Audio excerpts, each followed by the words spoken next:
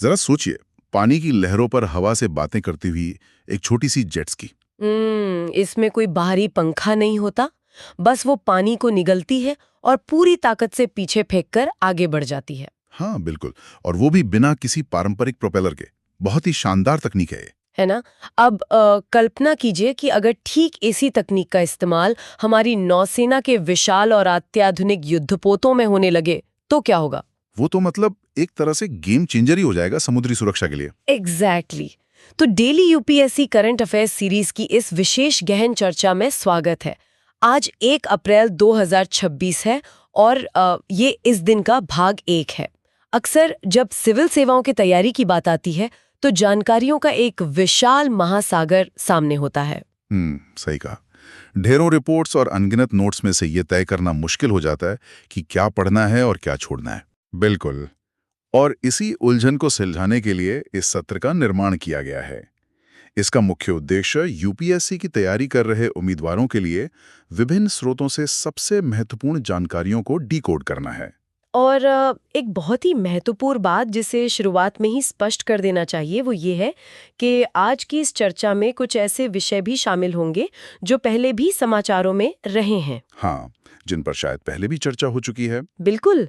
तो तैयारी करने वाले उम्मीदवारों को इसे एक बेहतरीन रिवीजन के तौर पर लेना चाहिए, क्योंकि परीक्षा के इस चक्र में नई चीजें पढ़ने के साथ साथ पुरानी जानकारियों के पीछे के क्यों और कैसे को दोहराना सफलता की सबसे बड़ी कुंजी है। ये एक बहुत ही सटीक सलाह है, और जो भी उम्मीदवार इस सीरीज से जुड़कर अपनी तैयारी को धार दे रहे हैं, उनसे ये अपील है कि वे इस सत्र को लाइक और सब्सक्राइब जरूर करें। हाँ, ताकि ऐसी ही महत्वपूर्ण चर्चाएं लगातार उन तक पहुंचती रहें। तो आज के हमारे विषयों का दायरा काफी रोमांचक है।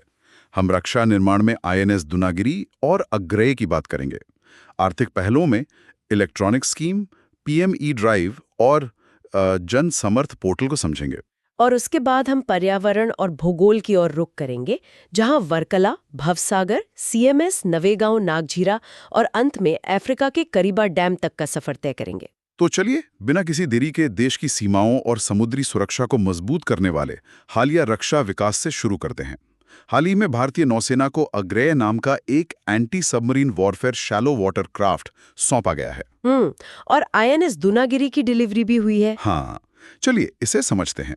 ये दोनों ही युद्धपोत भारत के स्वदेशी निर्माण की एक बहुत बड़ी छलांग है।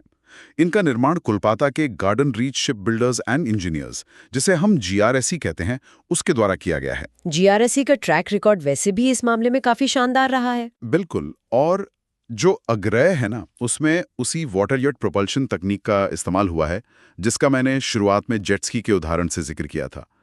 ये पारंपरिक प्रोपेलर से बहुत अलग और तेज होती है। अगर हम इसे बड़ी तस्वीर से जोड़कर देखें तो इन जहाज़ों का स्वदेशीकरण केवल रक्षा निर्माण तक सीमित नहीं है, बल्कि ये हिंद महासागर क्षेत्र में भारत की रणनीतिक स्वायत्ता का सबसे बड़ा प्रतीक है। वो कैसे? देखिए, अग्रेह जो है वो 8 anti submarine warfare shallow water crafts की श्रृंखला में चौथा है। और दिलचस्प बात यह है कि ये 2017 में डीकमीशन हुए पुराने आईएनएस अग्रह का ही एक नया अवतार है। अच्छा, तो ये एक तरह से विरासत को आगे बढ़ा रहा है। बिल्कुल। और यहाँ शैलो वाटरक्राफ्ट होने का तकनीकी महत्व समझना जरूरी है। इसका मतलब है कि ये जहाज कम गहरे पानी में, यानी तटों के बहुत करीब आसानी से काम कर सकता है, जहां शायद बड़ी पनडुब्बियां या बड़े जहाज फंस सकते हैं। एग्जैक्टली। और ये उन्नत शैलो वाटर सोनार सिस्टम और हल्के टॉर्पीडो से पूरी तरह लैस है। लेकिन यहाँ एक उलझन है। जब हम आईएनएस दूनागिरी की बात करते हैं, जो कि नीलगिरी क्लास या प्रोजेक्ट 17A का 5वां जहाज है, तो इसके विवरण में कई भारी भरकम शब्द आते हैं। जैसे कि एमएफ स्टार और एमआरएसएम कॉम्प्लेक्स। हाँ बिल्कुल वही। तो एक उम्मीदवार को इनके बारे में क्या समझना चाहिए? मतलब क्या ये सिर्फ रटने वाले शब्द हैं? बिल्कुल नहीं, इनके पीछे का विज्ञान बहुत रोचक है। इन्हें रटने के बजाय इनकी कार्यप्रणाली को समझना चाहिए। एमएफ स्टार यानी multi functional surveillance track and guidance radar असल में इस युद्धपोत की डिजिटल आंखें और कान हैं। डिजिटल आंखें? मतलब ये हर तरफ नजर रखता है? हाँ, जो एक साथ कई दिशाओं में खतरों को भांप सकता है। और जब खतरा दिखेगा तो उससे निपटने के लिए MRSAM यानी medium range surface to air missile काम आएगी, जो इसे हवा से होने वाले हमलों से बचाएगी। क्या बात है। और मैंने पढ़ा था कि इसमें ब्रह्मोस सुपरसोनिक क्रूज मिसाइल और पनडुब्बी रोधी टॉर्पीडो भी लगे हैं। बिल्कुल, इसे वॉरशिप डिजाइन ब्यूरो ने डिजाइन किया है। मैंने ये भी पढ़ा कि दुनागिरी में CODOG यानी कंबाइंड डीजल और गैस प्रोपल्शन का इस्तेमाल किया गया है। ये दो अलग अलग ईंधनों का मेल क्यों? यही तो इसका सबसे मारक तकनीकी संतुलन है। सोचिए कि आपको रोजाना शहर में गाड़ी चलानी है, तो आप एक किफायती इंजन चाहेंगे। हाँ, माइलेज भी तो देखना होता है। बिल्कुल, लेकिन अचानक रेस ट्रैक पर दौड़ना हो तो टर्बो बूस्ट चाहिए। CODOG ठीक यही करता है। सामान्य समुद्री गश्त के लिए ये किफायती डीजल इंजन का उपयोग करता है। और जब युद्ध की स्थिति हो? तब अचानक तेज गति की आवश्यकता होती है, तो ये शक्तिशाली गैस टरबाइन पर स्विच कर जाता है। बहुत खूब। पर देखिए, दूनागिरी जैसे युद्धपोत बाहर से कितने भी विशाल क्यों न दिखें, उनका असली दिमाग बहुत छोटे इलेक्ट्रॉनिक चिप्स और सर्किट्स में बसता है। यहाँ पर बात बहुत दिलचस्प हो जाती है। क्योंकि रक्षा उपकरणों से लेकर हमारे घरों के बाहर खड़ी इलेक्ट्रिक गाड़ियों तक हर जगह इलेक्ट्रॉनिक्स का राज है। एग्जैक्टली। और यही भारत की आत्मनिर्भरता की अगली चुनौती शुरू होती है। सरकार ने इलेक्ट्रॉनिक्स कंपोनेंट मैन्युफैक्चरिंग स्कीम के चौथे चरण के तहत 29 आवेदनों को मंजूरी दी है। ये एक बहुत ही महत्वपूर्ण कदम है। हाँ, और ये समझना जरूरी है कि ये स्कीम विशेष रूप से पैसिव कंपोनेंट्स जैसे कि रेजिस्टर्स, कैपेसिटर्स और रिले आदि के लिए है, जबकि जो एक्टिव कंपोनेंट्स होते हैं जैसे सेमीकंडक्टर चिप्स, वे इंडिया सेमीकंडक्टर मिशन के दायरे में आते हैं। यहाँ जो बात सबसे दिलचस्प है वो ये कि इन दोनों के बीच के फर्क को समझे बिना भारत के तकनीकी विकास को नहीं समझा जा सकता। तो ये एक्टिव और पैसिव का फर्क थोड़ा आसान भाषा में क्या होगा? देखिए, एक्टिव कंपोनेंट्स किसी भी डिवाइस का दिमाग होते हैं जो ऊर्जा को नियंत्रित करते हैं, जबकि पैसिव कंपोनेंट्स उस दिमाग को सपोर्ट करने वाली नसों की तरह काम करते हैं। अच्छा, मतलब दोनों एक दूसरे के बिना अधूरे हैं। बिल्कुल। और इस स्कीम में कंपनियों को उनके टर्नओवर या कैपिटल एक्सपेंडिचर के आधार पर 1 से 10% तक का वित्तीय प्रोत्साहन दिया जा रहा है। तो क्या हम सिर्फ पुर्जे बनाने को बढ़ावा दे रहे हैं? मेरा मतलब है, इन पैसिव कंपोनेंट्स का हमारे दैनिक जीवन और हाल ही में आई PM E-ड्राइव योजना से क्या लेना देना है? ये एक बहुत ही शानदार कड़ी है। एक पारंपरिक पेट्रोल या डीजल कार की तुलना में एक इलेक्ट्रिक व्हीकल में कई गुना अधिक इलेक्ट्रॉनिक पुर्जे होते हैं। क्योंकि वो पूरी तरह से बैटरी और सर्किट्स पर चलती है। सही कहा। जब देश में ही ये पैसिव कंपोनेंट्स सस्ते और प्रचुर मात्रा में बनेंगे, तो इसका सीधा फायदा ऑटोमोबाइल उद्योग को होगा। और इसीलिए PM E-ड्राइव योजना, जिसे अक्टूबर 2024 में लॉन्च किया गया था, इतनी महत्वपूर्ण है। हाँ, और भारी उद्योग मंत्रालय ने इस योजना के तहत इलेक्ट्रिक 2 व्हीलर के लिए सब्सिडी को 31 जुलाई 2026 तक बढ़ा दिया है। और ई-रिक्शा के लिए ये 31 मार्च 2028 तक बढ़ा दी गई है। लेकिन सब्सिडी देने की भी तो कुछ शर्तें होंगी? बिल्कुल। इस योजना की निगरानी project implementation and sanctioning committee द्वारा की जाएगी, जिसे PISC भी कहते हैं। हाँ, और सबसे बड़ी तकनीकी शर्त ये है कि वाहनों का केंद्रीय मोटर वाहन नियम यानी CMVR के तहत पंजीकृत होना अनिवार्य है। ये नियम इतना महत्वपूर्ण क्यों है? ये नियम इसलिए महत्वपूर्ण है क्योंकि ये सुनिश्चित करता है कि सरकार जिन वाहनों पर टैक्स पेयर्स का पैसा सब्सिडी के रूप में दे रही है, वो सुरक्षित हों, गुणवत्ता के मानकों पर खरी उतरें और उन्नत बैटरी तकनीक से लैस हों। मतलब ये सड़क पर चलने वाले किसी भी असुरक्षित कबाड़ को सब्सिडी लेने से रोकता है? एग्जैक्टली। कोई भी रैंडम ई-रिक्शा बनाकर सब्सिडी का दावा नहीं कर सकता। अब चाहे इलेक्ट्रिक वाहन बनाने वाली कंपनी को अपनी नई मैन्युफैक्चरिंग यूनिट लगानी हो या किसी नागरिक को उस वाहन को खरीदने के लिए लोन लेना हो, दोनों ही स्थितियों में सबसे बड़ी जरूरत होती है पूंजी की।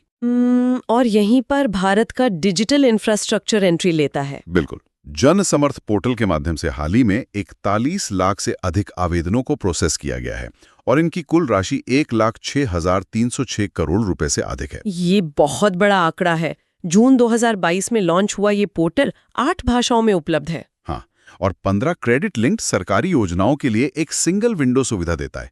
लेकिन एक मिनट, क्या हुआ? सिंगल विंडो सिस्टम तो हम दशकों से सुनते आ रहे हैं, इसमें ऐसा क्या नया है? मतलब क्या ये सिर्फ एक और वेबसाइट है जहां जाकर PDF फॉर्म डाउनलोड करना होता है? ये जमीनी स्तर पर लाल फीताशाही को कैसे खत्म कर रहा है? ये एक बहुत ही तार्किक सवाल है। पहले की व्यवस्था में सिंगल विंडो अक्सर सिर्फ नाम की होती थी। व्यक्ति को अलग अलग बैंकों के चक्कर काटने पड़ते थे। हाँ, और महीनों तक फाइलों के पीछे भागना पड़ता था। बिल्कुल। और मंजूरी के लिए हफ्तों का इंतजार करना पड़ता था। जनसमर्थ पोर्टल की कार्यप्रणाली को समझने के लिए एक डिजिटल मैच मेकिंग ऐप की कल्पना करें। मैच मेकिंग ऐप, वो कैसे? हाँ, जैसे ही कोई आवेदक अपनी जानकारी डालता है, पोर्टल का इनबिल्ट रूल इंजन तुरंत सक्रिय हो जाता है। अच्छा, रूल इंजन, ये क्या करता है? ये रूल इंजन CBDT, UIDAI और अन्य केंद्रीकृत डेटाबेसेस से सीधे बात करता है और कुछ ही मिनटों में आवेदक की साख और पात्रता की जांच कर लेता है। यानी बैकग्राउंड चेक अपने आप हो जाता है। हाँ, और ये तय कर देता है कि आवेदक किस योजना के लिए योग्य है और तुरंत इन प्रिंसिपल अप्रूवल यानी सैद्धांतिक मंजूरी दे देता है। इसका मतलब है कि बैंक मैनेजर के विवेक या मूड पर निर्भरता लगभग खत्म हो गई है। एकदम सही। इस एक ही डिजिटल मार्केटप्लेस पर 254 सदस्य ऋण देने वाले संस्थान मौजूद हैं, जिन्हें MLIs कहते हैं। हाँ, रूल इंजन की मंजूरी मिलते ही आवेदक अपनी सुविधानुसार इनमें से कोई भी बैंक चुन सकता है। बिल्कुल, ये तो बहुत ही पारदर्शी व्यवस्था है। बिल्कुल। ये पोर्टल तकनीक का उपयोग करके दूर दराज के क्षेत्रों में वित्तीय समावेशन सुनिश्चित कर रहा है, जहां पहले कागजी कार्रवाई के डर से लोग लोन के लिए आवेदन ही नहीं करते थे। तो विकास, उद्योगीकरण और इन नई फैक्ट्रियों की इस यात्रा में एक बहुत बड़ी चुनौती हमारे पीछे पीछे चलती है, और वो है कचरा प्रबंधन और पर्यावरण संरक्षण की चुनौती। जो कि बहुत ही गंभीर विषय है। हाँ, और ये चुनौती हमारे शहरों की गलियों से शुरू होकर गहरे समुद्र के तल तक जाती है। चलिए पहले जमीन की बात करते हैं। केरल के वर्कला शहर को संयुक्त राष्ट्र की 20 सिटीज टुवर्ड्स जीरो वेस्ट पहल में शामिल किया गया है। और इसे UN हैबिटेट और UNEP का समर्थन प्राप्त है। बिल्कुल। इससे एक महत्वपूर्ण सवाल उठता है कि आखिर जीरो वेस्ट या शून्य कचरा की अवधारणा क्या है? क्या इसका मतलब ये है कि शहर में कोई कचरा ही पैदा नहीं होगा? व्यवहारिक रूप से तो ये असंभव लगता है। मतलब इंसान है तो कचरा तो होगा ही। बिल्कुल। इसलिए यह पहल सर्कुलर इकोनॉमी की अवधारणा पर काम करती है। इसका मतलब है उत्पादों को इस तरह से डिजाइन और उपयोग करना कि वे इस्तेमाल के बाद कचरे की ढेर में न जाएं। अच्छा, तो उन्हें रिसाइकिल करके या उनका रूप बदलकर फिर से अर्थव्यवस्था में शामिल कर लिया जाए। एग्जैक्टली। और चूंकि इसमें UNEP का समर्थन है, तो इसके संस्थागत ढांचे को याद रखना चाहिए। हाँ, UPSC के नजरिए से ये संस्थाएं बहुत जरूरी हैं। तो 1972 में स्थापित UNEP, जिसका मुख्यालय नैरोबी, केन्या में है, वैश्विक स्तर पर पर्यावरणीय संधियों का मुख्य सूत्रधार है। वर्कला जैसी स्थानीय पहल को इसका समर्थन मिलना ये दिखाता है कि भारत के छोटे शहर भी वैश्विक मानकों को अपना रहे हैं। और ये संरक्षण सिर्फ जमीन तक सीमित नहीं है। अगर हम समुद्र की गहराइयों में जाएं, तो पर्यावरण मंत्रालय ने centre for marine living resources and ecology के भवसागर रेफरल सेंटर को डीप सी फौना के लिए राष्ट्रीय भंडार घोषित किया है। CMRI का ये कदम बहुत ही रणनीतिक है। मैंने रिपोर्ट में पढ़ा कि यहाँ 3500 से अधिक वाउचर नमूने मौजूद हैं, जिनमें निडेरियंस और मोलस्क जैसे जीव शामिल हैं। पर ये वाउचर नमूने असल में होते क्या हैं? इसे एक जैविक बैकअप लाइब्रेरी की तरह समझिए। जैविक विविधता अधिनियम 2002 के तहत ये मान्यता बहुत अहम है। जैविक बैकअप लाइब्रेरी, थोड़ा और विस्तार से बताएंगे? जब वैज्ञानिक गहरे समुद्र में किसी नई प्रजाति की खोज करते हैं, तो उसका एक प्रतिनिधि नमूना सुरक्षित रखा जाना चाहिए, ताकि भविष्य में दुनिया भर के वैज्ञानिक उसके DNA या शारीरिक संरचना का अध्ययन कर सकें। ओह, तो भवसागर अब उस टाइप स्पेसिमेन का आधिकारिक संरक्षक होगा। बिल्कुल। ये समुद्री जीवन के पेटेंट और भारत के संप्रभु अधिकारों की रक्षा के लिए एक बहुत बड़ा रणनीतिक कदम है। गहरे समुद्र से उठकर अब उन जीवों की बात करते हैं जो इंसान द्वारा बनाई गई कोई सीमा नहीं मानते। आसमान में उड़ने वाले और जमीन पर मीलों का सफर करने वाले जीव। आप प्रवासी प्रजातियों की बात कर रही हैं? हाँ, convention on the conservation of migratory species यानी CMS के 15वें सम्मेलन में 40 नई प्रजातियों को संरक्षित सूची में जोड़ा गया है। CMS, जिसे बॉर्न कन्वेंशन भी कहा जाता है, 1979 में अस्तित्व में आया था। ये प्रवासी जानवरों के संरक्षण के लिए एकमात्र वैश्विक अंतर सरकारी संगठन है। मैंने पढ़ा है कि इस कन्वेंशन में 2 अपेंडिक्स होते हैं। हाँ, और इनके बीच का क्यों और कैसे समझना जरूरी है। अपेंडिक्स 1 में लुप्तप्राय यानी एंडेंजर्ड प्रजातियों को रखा जाता है, जहां नियम सीधा है, पूर्ण संरक्षण, कोई शिकार नहीं। और अपेंडिक्स 2 में क्या वे कम महत्वपूर्ण हैं? कम महत्वपूर्ण नहीं, बल्कि उनकी चुनौती अलग है। अपेंडिक्स 2 का मतलब ये नहीं है कि प्रजाति कल ही खत्म होने वाली है, बल्कि इसका मतलब है कि उस प्रजाति की संरक्षण स्थिति प्रतिकूल है। प्रतिकूल है मतलब उन्हें खतरा तो है, पर अभी वो कगार पे नहीं है। एग्जैक्टली। और सबसे बड़ी बात यह है कि ये जीव कई देशों की सीमाओं को पार करते हैं, इसलिए कोई एक देश अकेले इन्हें नहीं बचा सकता। उन्हें बचाने के लिए देशों को आपस में कानूनी रूप से बाध्यकारी संधियां करनी ही पड़ेंगी। अच्छा, तो अपेंडिक्स 2 इसी अंतर्राष्ट्रीय सहयोग का मंच है। बिल्कुल सही। चलिए वैश्विक संधियों और महासागरों की गहराइयों से वापस लौटते हैं अपने जमीनी भूगोल पर। तो इन सब का क्या मतलब है? इसका मतलब है कि यूपीएससी परीक्षा में पर्यावरण और भूगोल के जो विश्लेषणात्मक या मैप बेस्ड सवाल बनते हैं, वे सीधे तौर पर इन्हीं चर्चाओं से निकलते हैं। बिल्कुल, करंट अफेयर्स ही स्टैटिक पोर्शन का बेस तय करते हैं। तो सबसे पहले बात करते हैं महाराष्ट्र के गोंदिया स्थित नवेगांव नागजीरा टाइगर रिजर्व की, जिसे 1 अप्रैल से अपने बफर जोन का नियंत्रण मिल जाएगा, जिसे NNTR भी कहा जाता है। हाँ, 2013 में घोषित ये महाराष्ट्र का 5वां टाइगर रिजर्व है। यहाँ पौधों की 364 प्रजातियां और बाघ, भालू, पैंगोलिन जैसे जीव पाए जाते हैं। पर सच कहूं तो 364 प्रजातियों का आंकड़ा रटना बहुत उबाऊ लगता है। और परीक्षा के लिए जरूरी भी नहीं है कि आप हर एक प्रजाति का नाम रटें। वही तो, परीक्षा के नजरिए से इसमें ऐसा क्या खास है जो इसे अन्य टाइगर रिजर्व से अलग बनाता है? आपकी बात बिल्कुल सही है। संख्या रटने से ज्यादा इसका पारिस्थितिक तंत्र समझना जरूरी है। नवेगांव नागझिरा की सबसे बड़ी खासियत इसका एक जेनेटिक हाईवे के रूप में काम करना है। जेनेटिक हाईवे, ये शब्द बड़ा दिलचस्प है। हाँ, यह मध्य भारतीय बाघ परिदृश्य के बीचों बीच स्थित है और कान्हा, पेंच और ताडोबा टाइगर रिजर्व के साथ प्राकृतिक कॉरिडोर से जुड़ा हुआ है। अच्छा, तो अगर ये रिजर्व ना हो तो क्या होगा?